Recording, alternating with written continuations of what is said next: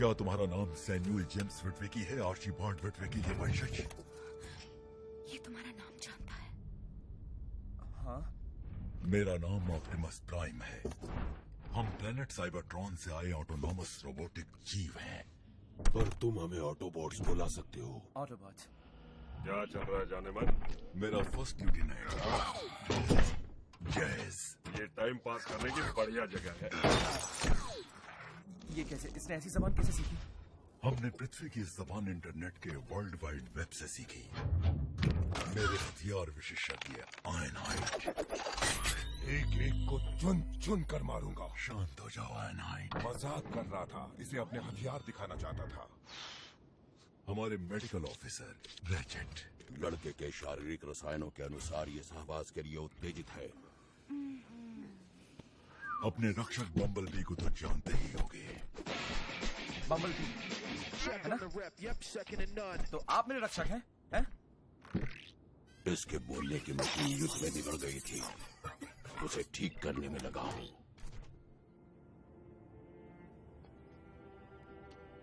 आप यहाँ क्यों आए हैं?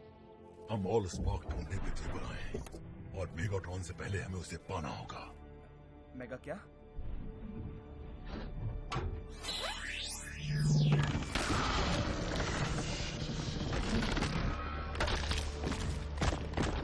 हमारा ग्रह शक्तिशाली हुआ करता था, अमन पसंद। लेकिन डिसेप्टिकॉन्स के नेता मेगाट्रॉन ने हमारे साथ विश्वासघात किया। सभी विरोधियों को उन्होंने खत्म कर दिया। युद्ध हमारे ग्रह को निकल गया और ऑल स्पार्क सितारों में खो गया। मेगाट्रॉन उसका पीछा करते हुए पृथ्वी तक आया, जहां उसकी मुलाकात कैप्टन विटविकी से हुई। मेरे परदादा। वो एक हादसा था जिसने हमारे उन इंसानों के नसीब को एक कर दिया।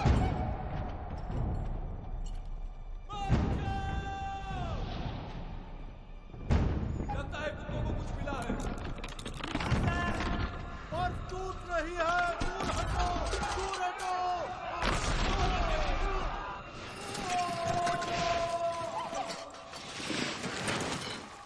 कैप्टन, रस्सी पकड़ लीजिए कैप्टन। मैं ठीक हूँ यहाँ। क्या हम रस्सी फेंके कैप्टन?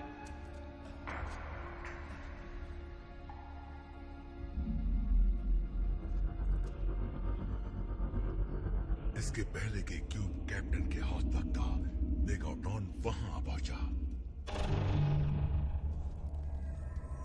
सुनो, हमें कुछ मिला है। उन्होंने अनजाने में मेगाट्रॉन के नेविगेशन सिस्टम को चालू कर दिया।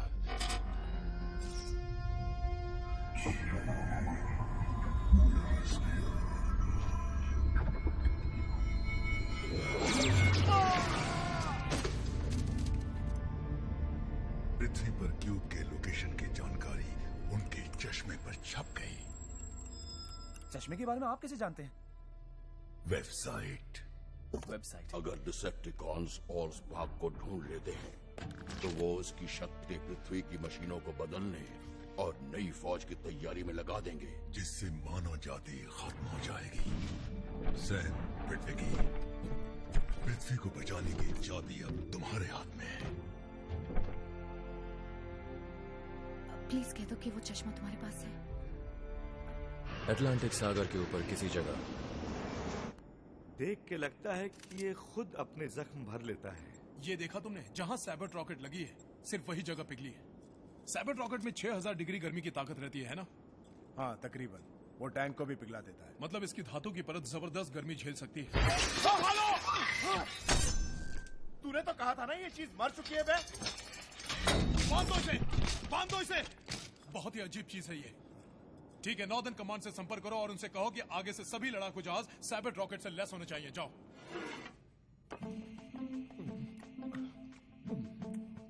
तुम खाओगे? थोड़ा बचा है। सुनो मैगी, मैं तुम्हें बताता हूँ ये सब कैसे होने वाला है। पुलिस वाले उस दरवाजे से आएंगे, उनमें से एक अच्छा होगा एक बुरा। उनकी बातों में मत आना। इसीलिए तो मैं फोकट का खा रहा हूँ। वो तुम्हें आजमाने के लिए तुम्हारे सामने ये खाने की प्लेट रखते हैं। अगर तुमने नहीं छुआ तो तुम दोषी हो। इसीलिए तो मैंने खा लिया, पूरा का पूरा। समझ गई? और एक बात सुनो, वो तुमसे कुछ भी पूछे अपना मुंह बंद रखना।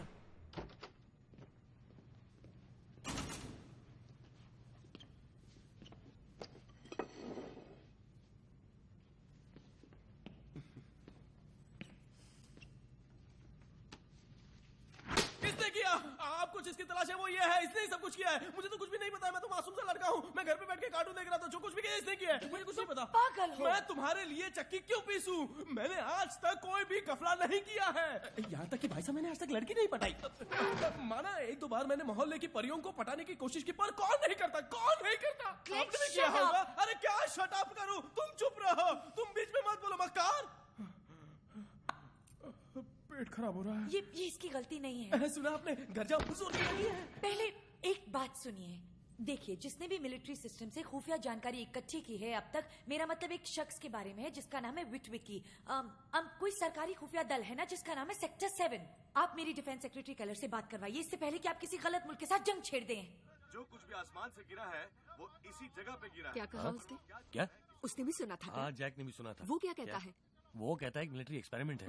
वो तो पागल है। मुझे लगता है एक प्लेन है।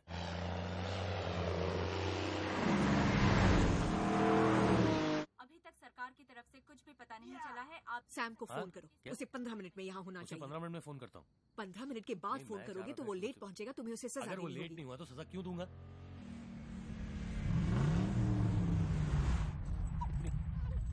तुम यहाँ से हिलना मत, यहीं रुकना और सब पर नजर रखना। ठीक है। सब पर, समझ गई ना? हाँ, मैं 5 मिनट में आ रहा हूँ। घास पे चलने के लिए मेहरबानी आप। ओ माफ कीजिएगा डैड, सॉरी। ओ आपका घास मैं भूल गया था, अभी साफ कर देता हूँ मैं। तब तो ठीक है ना? देखो, मैंने तुम्हारी गाड़ी खरीदने में मदद की, तुम्हें जेल से भी छुड़वाया, और अब मैं तुम्हारे सारे काम भी करूँ। ओ हाँ, मेरे काम तो तुम्हारी तो चांदी ओ है ना? हाँ, चांदी सोना हीरा मोती सब कुछ है डैड। ओ हाँ, मैं भूल गया। कचरा उठाना तो मेरा काम है ना, मैं भी कर देता हूँ। नहीं, मैं तुम्हें कोई डैड, तकलीफ मैंने नहीं कहा ना, देने मैं खुद कर लूंगा। अगर आप करेंगे तो मुझे बहुत बुरा लगेगा। इसी वक्त करोगे या फिर मैं करूँ? नहीं, मैं कह रहा हूँ ना, मैं कर दूंगा। कचरे का डिब्बा हटाऊंगा, खिड़कियाँ साफ कर दूंगा, और फिर अगर मुझे टाइम मिला तो मैं पूरा घर भी धो डालूंगा। वो भी पक्का इसी बोल रहे हो वक्त, ना? इसी वक्त। हाँ बिल्कुल। I love you dad, I love you. यकीन मानिए, दिल से कह रहा हूँ। मॉम तुम्हें सजा दिलवाना चाहती है क्योंकि तुम 3 मिनट लेट हो। हाँ? देखा, आपने एक और एहसान कर दिया मुझ पे डैड, क्योंकि आप महान आत्मा है। ज्यादा मस्का मत और करो, ये बात मैं गुजर सबको जाऊंगा। कहूंगा, मम्मी को भी कहूंगा मैं। क्या कर रहे हो तुम? नहीं, संभल के, घास पे नहीं, प्लीज, ध्यान से। देखो, अरे तो क्या ना। माफ करें। अरे छोड़ो भी, क्या कहा था मैंने? 5 मिनट रुक जाओ। मैंने कहा था वहाँ रुक जाओ, क्या रुक नहीं सकते थे? मैंने कहा था ना, कहा था। देखो, मेरे ख्याल से ये लोग बहुत जल्दी में हैं। अरे जो भी हो। ओ नो, मोजो, अरे रोबोट में सुसु मत करो, गलत काम मत करो। गीला कर दिया। नहीं, ये मोजो है, ये मेरा पेट मोजो है।